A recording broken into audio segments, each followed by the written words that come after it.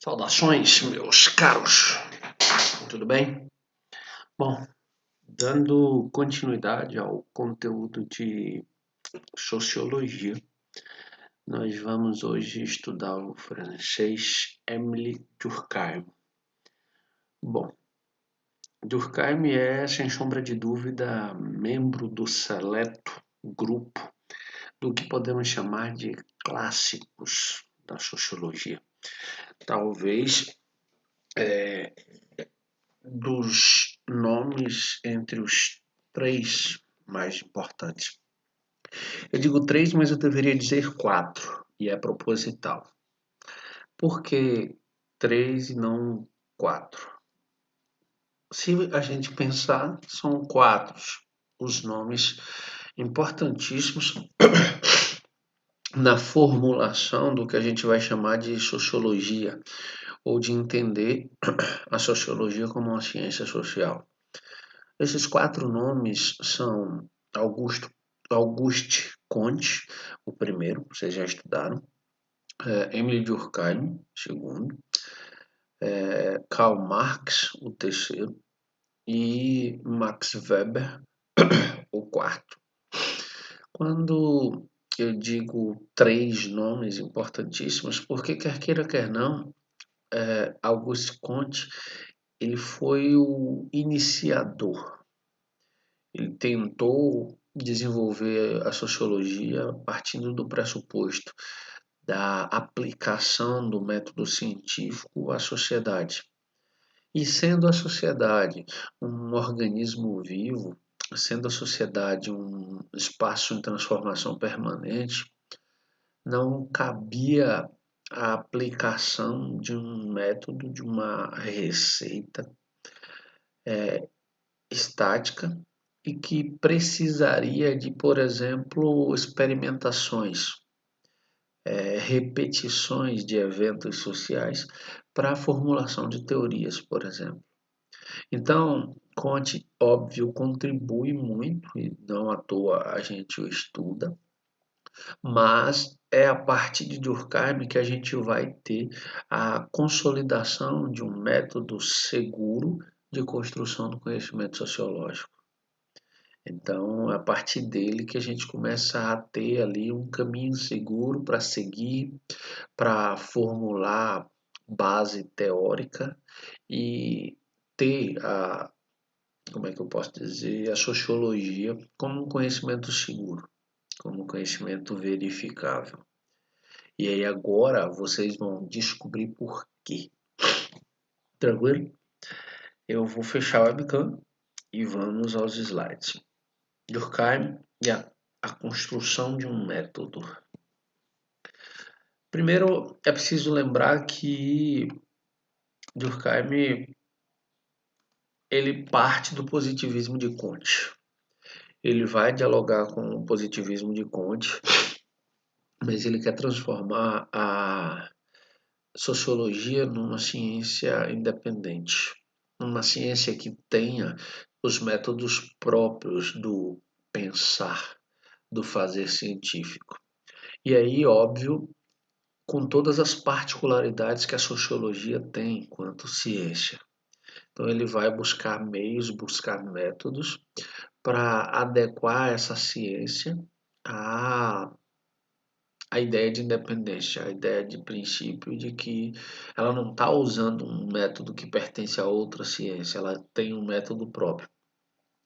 E o que é interessante é que a gente vai ver que, como ele não pode induzir os fatos sociais a se repetirem para que ele possa estudar, ele precisa usar, por exemplo, as estatísticas.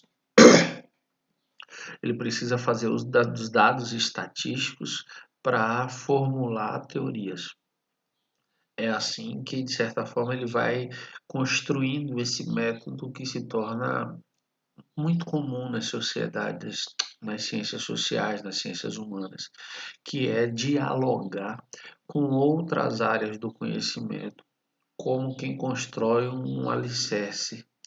Então, ele vai beber da estatística, ele que é uma ciência exata, ele vai beber da história, que é uma ciência humana, vai beber ali de elementos do que ainda não está constituído como antropologia, mas também vai servir e mais tarde, nesse contexto de formação, vai se transformar na antropologia, como vocês bem estudaram lá atrás. A antropologia nasce entre o final do século XIX e o início do século XX, quase que para e passo, quase que ao mesmo tempo da, da sociologia. Então, a sociologia na construção de seu método ela vai dialogar com outras áreas do conhecimento. Entre a sua produção intelectual e sociológica, estão algumas obras que são extremamente relevantes, muito importantes para a consolidação desse método que ele está construindo. E aí estão o suicídio, onde ele vai fazer um estudo. A obra é um catatal, deixa eu ver, eu tenho ela aqui. Deixa eu só ver. Eu não vou procurar agora. Não. O suicídio, que é um catatal, ele faz um estudo da sociedade, por que as pessoas se suicidam, como se suicidam, se são homens, se são mulheres, e vai aprofundando assim, essa observação desse contexto.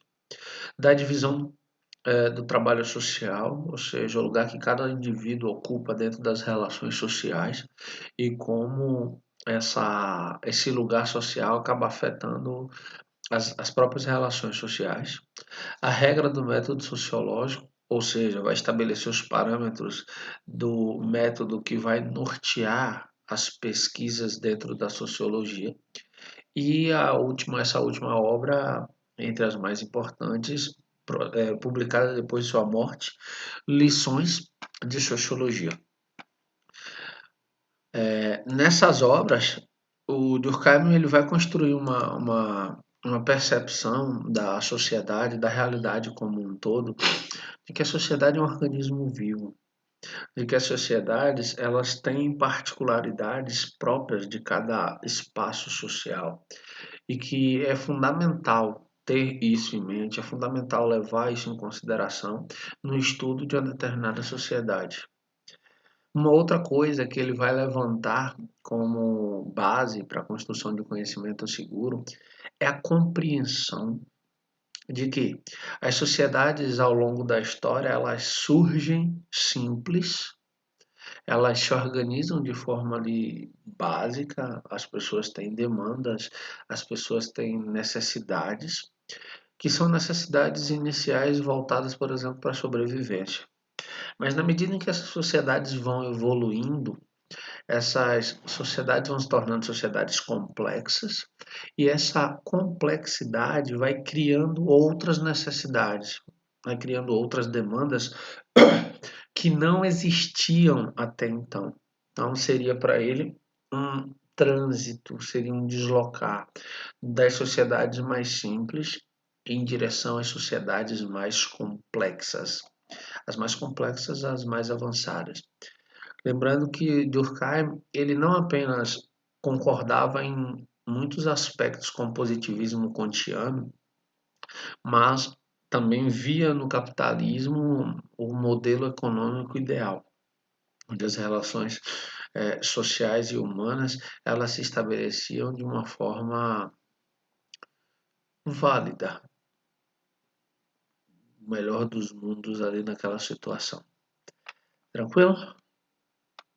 Vamos ao próximo tópico.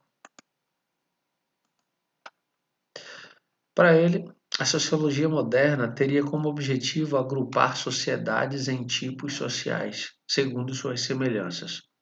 O que é que ele está querendo nos dizer? Ele está querendo colocar quase que com. E aí, olha ele bebendo de uma outra ciência. Da mesma forma que a biologia costuma agrupar, costuma classificar espécies similares com um grupo maior no entendimento, na pesquisa, no estudo daquelas espécies, ele também tinha a pretensão de classificar essas sociedades quase como forma de determinar o lugar social daquelas sociedades. Você diz assim, caramba, Theo, mas isso de certa forma não seria um equívoco? Sim, eu peço que você se recorde da condição de. Deixa eu esse reflexo do olho.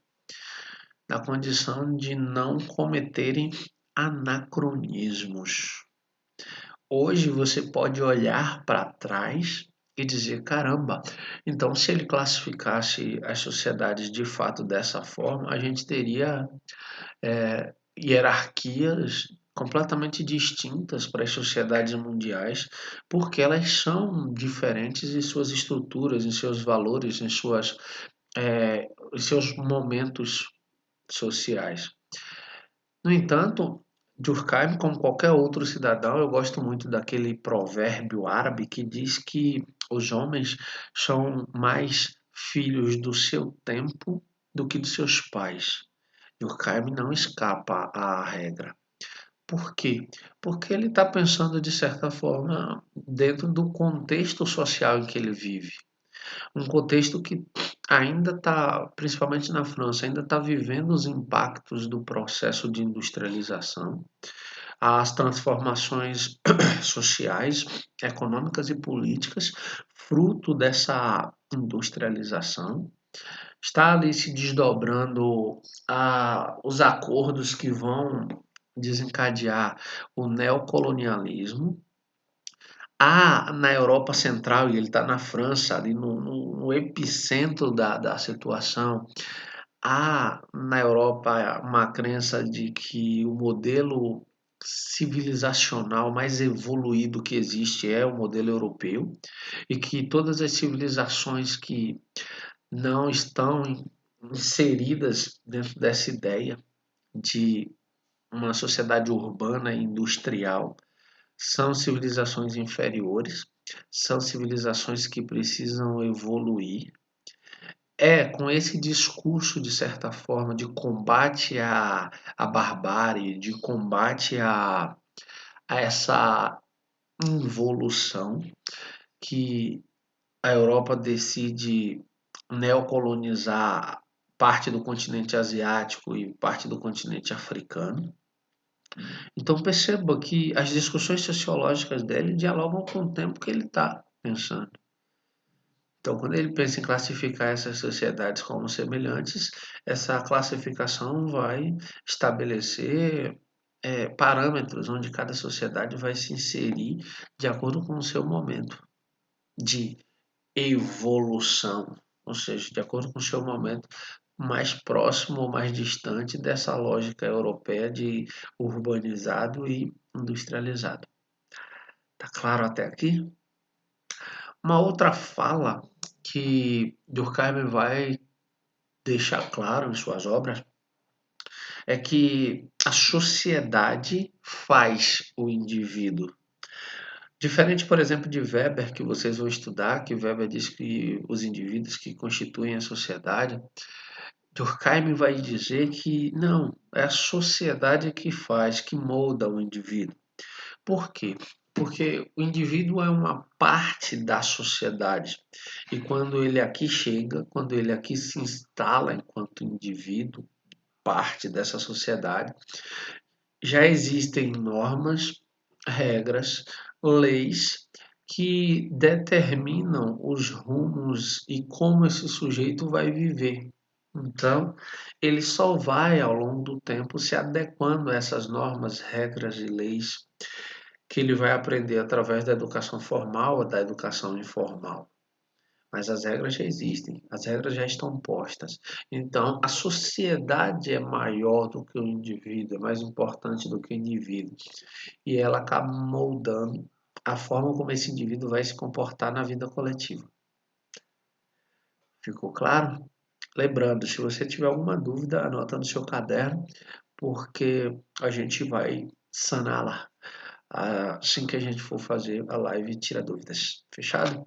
Eu vou fechar aqui a webcam para irmos para o próximo tópico do slide. Os fatos sociais como objeto de estudo.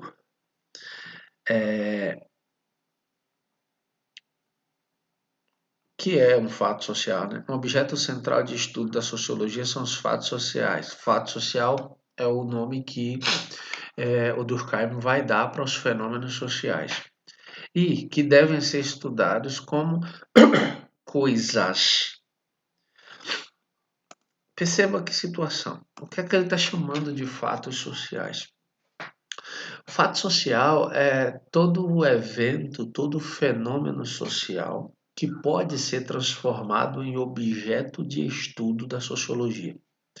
Então vamos supor que exista. Vou pegar agora, já que a gente está na em Caetité, no contexto de fim de julho, início de agosto, e a gente, se não fosse pela questão da pandemia, estaríamos então comemorando, de certa forma estamos, a festa de Santana, a padroeira da cidade.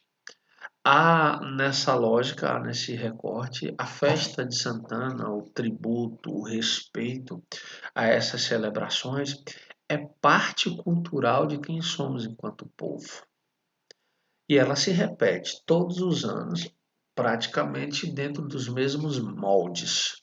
A parte religiosa, com as novenas e as celebrações voltadas para a fé, para o espírito, e a parte profana, com os dias de festa, com os dias de celebração sem os ritos religiosos. As pessoas se reúnem tanto nas novenas quanto nas festas e compartilham os espaços sociais na celebração desse evento. Esse pode ser um fato social disponível como objeto de estudo da sociologia. Por quê? Porque ele tem primeiro, essa periodicidade, ele acontece sempre, o que permite, por exemplo, que ele seja estudado. Vamos pensar, por exemplo, um tema para estudar esse evento social, esse fato social. As alterações sofridas pela festa de Santana ao longo do último meio século. Então você pegaria dados, fotografias, documentos de como era essa festa há 50 anos atrás e o que mudou. E você faria ano a ano ali as investigações dos documentos. Isso, olha como ele está dialogando com a história, mas você precisaria ainda assim fazer em loco, ou seja, observando diretamente o evento em si, já que ele acontece anualmente, para perceber quais são as características, o que se alterou, o que permanece, o que é tradicional e não mudou desde a origem. Então, isso é um fato social. Vai ser possível ser estudado? Sim. Por quê? Porque ele se repete. Ele é periódico. Então, esse era um fato social. Agora, você não vai, por exemplo, poder pegar um evento isolado, como a própria, a própria pandemia da Covid, que estamos vivendo agora, que estamos vivenciando agora, e tentar estudar as pandemias no Brasil sob o ponto de vista da sociologia, não utilizando a da Covid como ponto de partida. Por quê? Porque ela não é um fato que vai se repetir. Outras áreas do conhecimento poderão, sim, a biologia, a própria medicina poderá fazer um estudo sistemático do que está acontecendo agora, enquanto um evento biológico, um evento médico. Mas como não há a periodicidade, não há repetição desses dados, eu não poderia fazer dentro desse contexto, dentro desse recorte. Porque eu teria, por exemplo, que eu poderia falar de epidemias, de pandemias que afetaram o país, mas eu teria obrigatoriamente que discuti-las sob o ponto de vista da história exclusivamente, já que temporalmente, ou seja, dentro da lógica do tempo, elas são muito espaçadas. Qual foi a última pandemia impactante, significativa que nós tivemos? A gripe espanhola em 1918. Então percebe o espaçamento? Agora, óbvio, há fragmentos desse evento social que, através dos dados estatísticos, eu poderia formular ali algumas observações, mas não um estudo a longo prazo, por quê? Porque eu não teria como acompanhar essa repetição, essa periodicidade. No diálogo ainda com o positivismo de Conte, Durkheim defendia a necessidade de uma neutralidade do fazer científico. Que neutralidade era essa?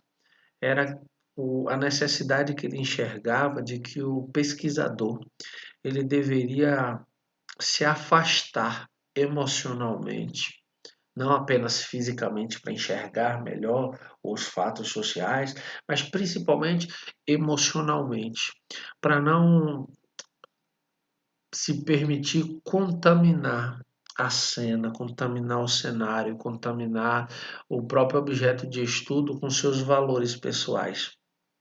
O que de certa forma é contraditório. A gente vai ver isso um pouco mais para frente quando estiver, por exemplo, pensando no Weber e sociólogos mais contemporâneos. Por quê? Porque o simples fato de escolher fazer uma determinada pesquisa, abordar uma determinada área, já é por si só tomar posição, já é por si só abraçar uma área, um tema, um conteúdo que nos incomoda enquanto indivíduos. Ninguém vai fazer uma pesquisa sobre algo que não gosta. Ninguém vai fazer uma pesquisa sobre algo que não lhe causa curiosidade, espanto, alegria. Então, a escolha da pesquisa por si só já é uma escolha carregada de parcialidade. No entanto, em suas formulações, Emile Durkheim defendia essa objetividade neutra, esse não tomar partido, não escolher lado dentro da construção sociológica. Mas lembrem-se, a gente está falando de uma construção de um método. O método ainda não estava consolidado. Daí essas mudanças bruscas sobre rumos, que rumo tomar, que rumo abordar, que área seguir. Isso é muito comum. Tranquilo até aqui? Vamos então para o próximo slide? Então, vamos lá. Aqui ele está nos apontando que os fatos sociais condicionam e influenciam os comportamentos e as atitudes dos indivíduos em sociedade. Por que isso ocorre?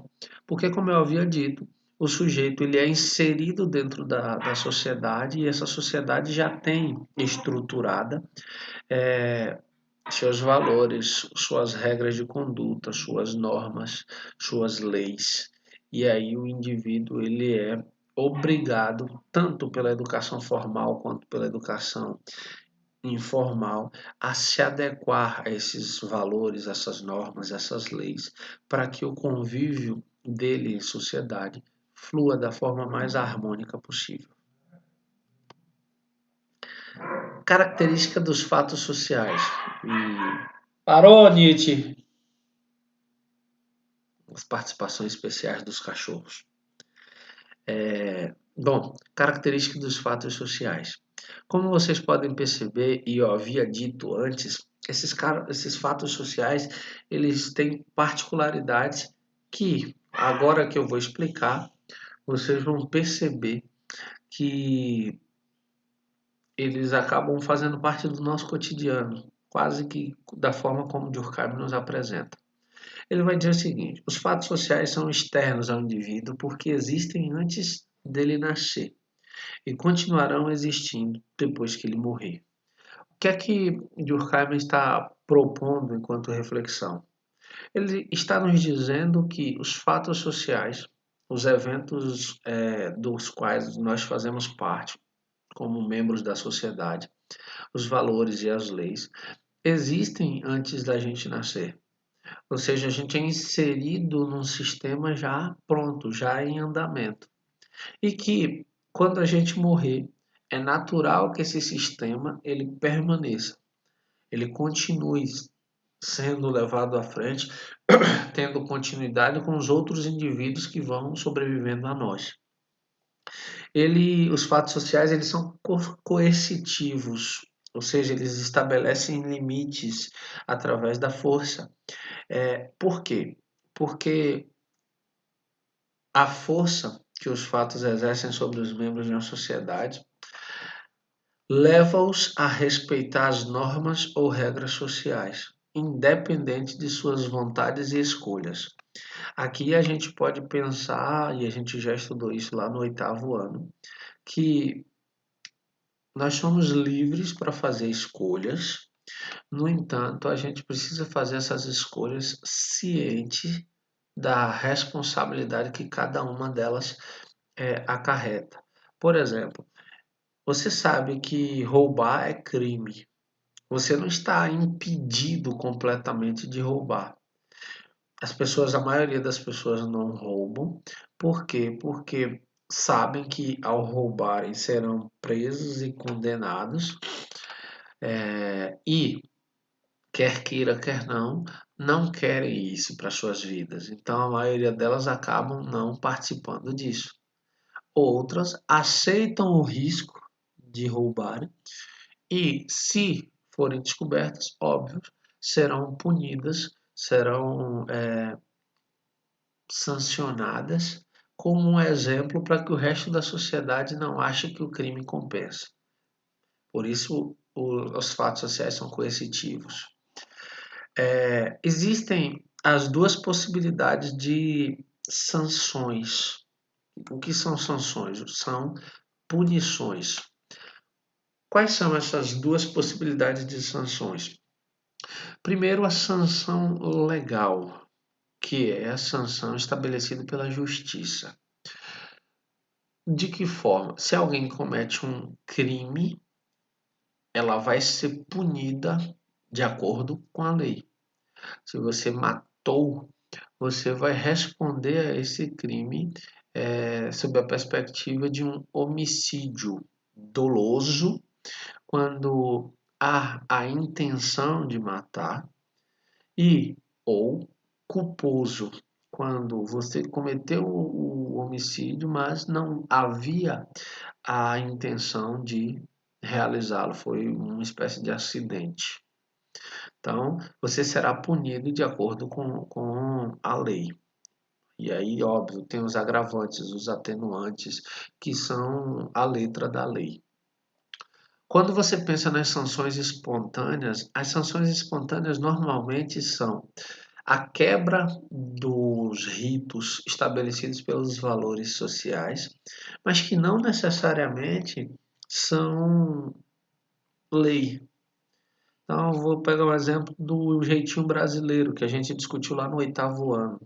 Recordem aí na mente de vocês. Furar fila não é crime, mas é um ato de imoralidade, é um ato antiético. Então, a sanção que você vai receber, a punição que você vai receber é chamada punição espontânea, que será, por exemplo, o constrangimento causado por quem já está na fila e vai reclamar com você, vai constrangê-lo publicamente pelo fato de você infringir essa regra social de respeito à fila. Da mesma forma, cabe também o burlar certas normas de conduta que não são lei, são valores que permeiam a sociedade. Exemplo, você não vai ser preso por arrotar na mesa, mas é uma falta de educação. É uma ação antiética, pelo menos para a nossa sociedade, já que existem outras sociedades que isso é normal. Então, ao arrotar, você não vai ser conduzido à delegacia por um policial, não. Mas você vai ser sancionado de forma espontânea, quando as pessoas se posicionarem e reclamarem o fato de você cometer um ato antiético, uma falta de educação. Tá claro?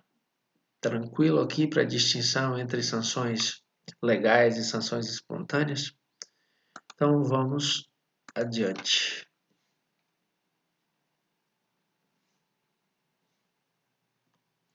Bom, a neutralidade científica, como eu estava dizendo antes, ele coloca da seguinte situação: não há explicação científica se o pesquisador não conseguir manter certa distância e neutralidade em relação aos fatos e preservar a objetividade de sua análise. E que fatos são esses? Fatos que são gerais, acontecimentos gerais e repetitivos. Como eu havia dito e citei, o exemplo da festa de Santana é um exemplo que faz parte da cultura geral da cidade e ele se repete anualmente, o que daria ao pesquisador um espaço, uma possibilidade de estudo. Só que, como eu expliquei, esse distanciamento, essa neutralidade científica a qual Durkheim faz menção no seu pensamento, seria hoje, de certa forma, ultrapassado, já que o simples ato de escolher qualquer que seja o tema de seu estudo já é por si só uma tomada de partido, já é por si só um posicionamento social. Critérios para definir o que é normal dentro de uma sociedade e o que é patológico. Os fatos sociais podem ser classificados como normais, saudáveis ou patológicos, doentios. E a relação entre direito e costumes. Vamos lá que eu explico direitinho essa lógica.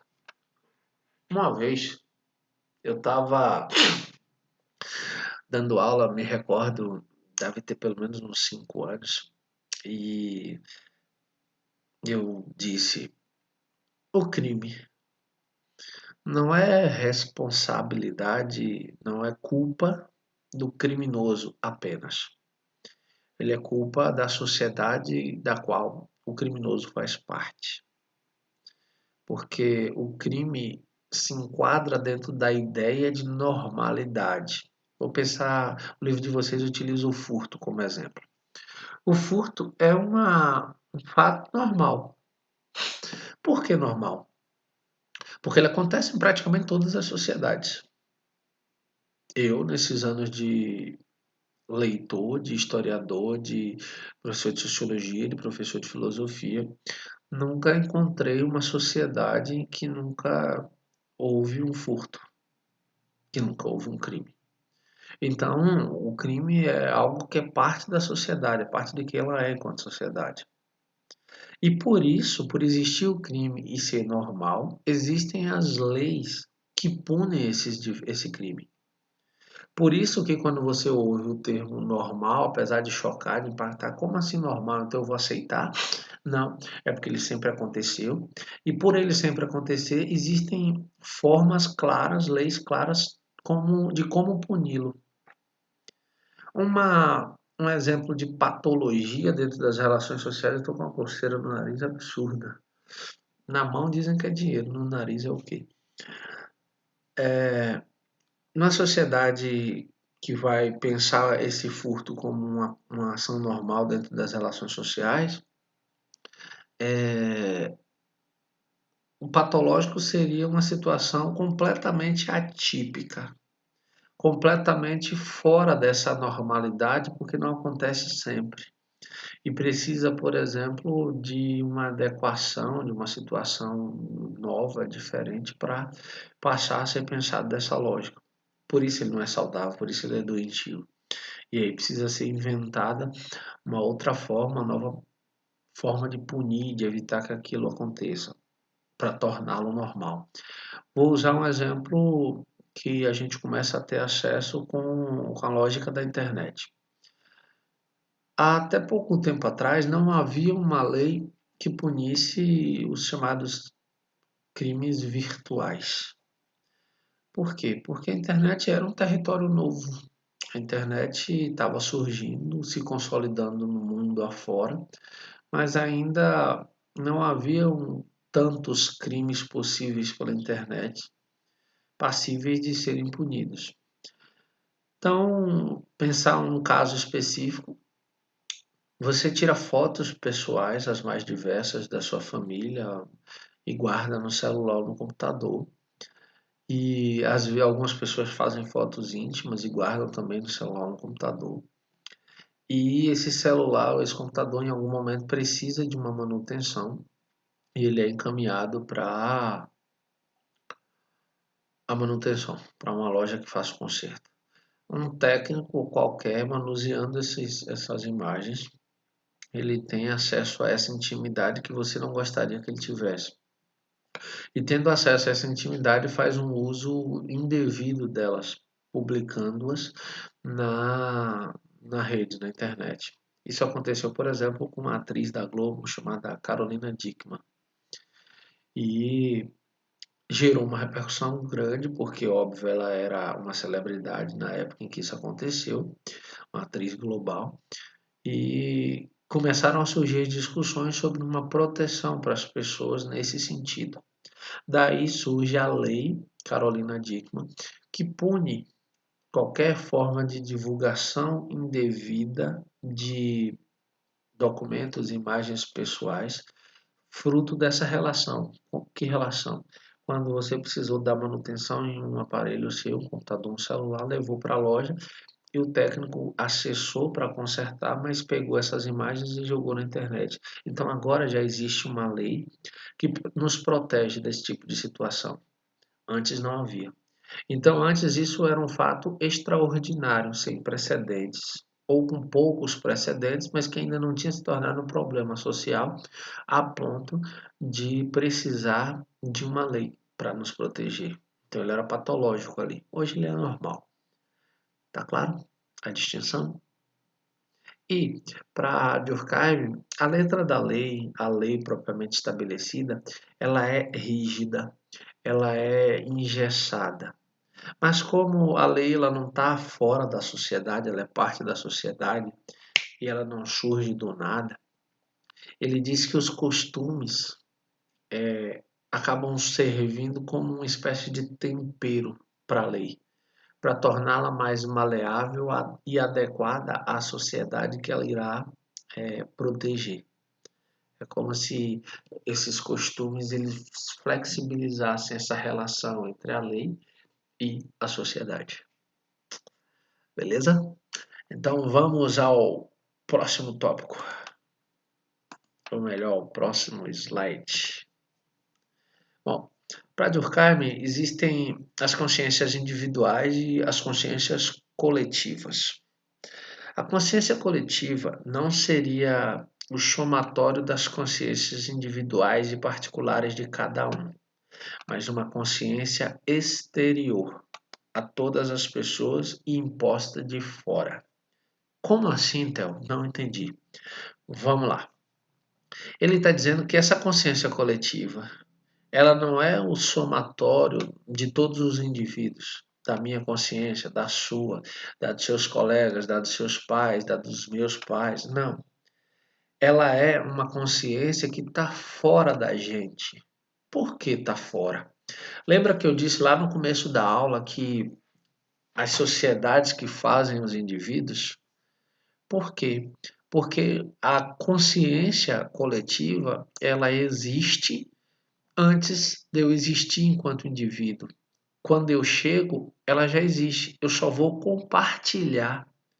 Quando eu morrer, essa consciência coletiva acaba permanecendo, às vezes intacta, às vezes com pequenas alterações, mas ela continua.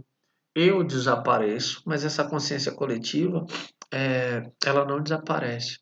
Por isso, ela não é o somatório das consciências individuais. Porque se fosse, quando eu desaparecesse, automaticamente uma parte dessa consciência também desapareceria. Mas não, ela fica lá, intacta, independente da minha presença ou da minha ausência.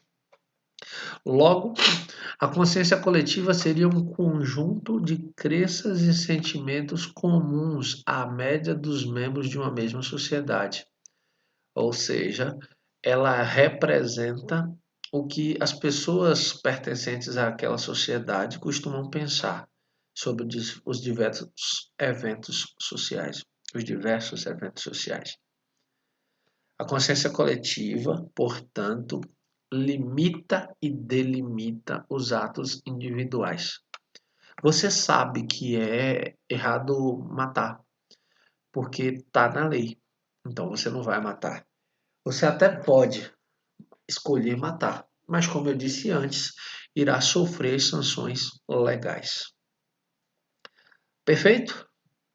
Acho que essa parte é bem tranquila, dá para compreender facilmente. Até porque a gente tem um monte de exemplos dentro da sociedade que a gente vai olhando e vai percebendo. Bom, anomia, que é um termo que vocês vão usar muito em textos de redação, principalmente. Anomia social seria a ausência relativa de normas e valores comuns à sociedade. Exemplo, quando uma situação social foge completamente do controle, da normalidade, das regras, e fica ali por um tempo o caos estabelecido. As normas não funcionam, os valores não funcionam, as leis encontram diversos empecilhos e obstáculos para se efetivarem enquanto proteção da sociedade, e a gente vive nesse contexto o que chamamos de um estado de anomia social. Normalmente costuma ser um estado passageiro, um momento passageiro, mas enquanto as normas não prevalecem, enquanto as leis não conseguem se efetivar, naquele pequeno espaço de tempo a gente vive a ausência dessas leis e normas. Logo, uma anomia social. Tranquilo? De boas? Então vamos falar sobre solidariedade. Quando eu falo solidariedade, o que você pensa? Uma ação solidária, uma ação que visa ajudar alguém, não é? Você está correto. As sociedades, elas são feitas para Durkheim de relações solidárias entre os indivíduos. E a solidariedade, para Emile Durkheim, é parte da sociedade como meio de sobrevivência dela. Mas Durkheim divide esse método, esse mecanismo social em dois. A solidariedade mecânica e dois, a solidariedade orgânica. Visualizem da seguinte forma. A, a solidariedade mecânica é uma solidariedade muito comum, por exemplo, ainda hoje nas periferias, nos bairros mais afastados do centro. A gente, inclusive, já citou isso como exemplo, não com esse nome. Exemplo, eu moro na periferia. Eu moro num bairro um pouco distante do centro. Vá lá, 5 minutos de carro do centro. Mas é periferia, uma cidade pequena. Aqui no meu bairro é muito comum que eu ouça dos vizinhos. Eu, apesar de achar isso incrível, eu não consigo fazer parte desse tipo de solidariedade. Mas nunca tentei, na verdade. Mas eu acho incrível, por exemplo, quando um vizinho faz um tipo específico de comida em casa, num domingo, que normalmente vai se comer algo diferente, e ele chama o vizinho próximo para compartilhar, para dar um pouco dessa comida. E diz: Olha, eu fiz esse prato, separei uma parte aqui para você experimentar. Vê aí como. E depois me diz se você gostou. Ou então, um vizinho que não tem um veículo, um carro, por exemplo, bate no meio da madrugada na casa de um vizinho ao lado e diz: Velho, eu tenho um familiar que está passando mal. Aí você pode me ajudar a levá-lo no hospital? E o vizinho acorda no meio da noite, pega o seu carro, põe esse doente e vai conduzi-lo à unidade de pronto atendimento. Isso são exemplos óbvios. Os exemplos mais clássicos, os exemplos mais comuns, por exemplo, quando na periferia alguém está construindo uma casa e vai precisar bater uma laje, que chama ali 10, 12, 15 pessoas, faz um mutirão e todo mundo trabalha junto ali. Depois tem uma feijoada, tem uma buchada, tem um sarapatel para todo mundo comer ali em agradecimento. Tem uma cervejinha, uma pinga, onde eles vão confraternizar depois de um trabalho coletivo. Era muito comum, por exemplo, na zona rural, que um grupo familiar ajudasse o outro ali no plantio ou na colheita. Por quê? Porque o trabalho andava mais rápido, mas quando ele precisasse também, aquele grupo também estaria disponível para ajudá-lo. Essa seria então o que Durkheim chama de uma solidariedade mecânica, muito comum nas sociedades pré-capitalistas, mas também comum ainda hoje nas periferias. Os grandes centros acabam não vivendo essa relação tão próxima. Nos grandes centros, nas sociedades capitalistas mais avançadas, é muito mais comum a lógica de um, uma solidariedade orgânica. Que solidariedade orgânica é essa? Onde há uma maior proporção de uma consciência individual. Exemplo, você se forma médico, advogado, professor, engenheiro, e você é competente na sua área de formação. Mas, por exemplo, você como advogado, você não vai saber, por exemplo, fazer o que um açougueiro faz. Logo, você vai precisar contratar o açougueiro para ele fazer o que ele faz, cortar a carne. Você aceita a limitação do seu conhecimento e está dentro da sua área de formação, e você paga pelo serviço do outro sujeito, do outro indivíduo, que é conhecedor dos cortes de carne, para que serve cada carne, e aí você vai lá e compra com ele.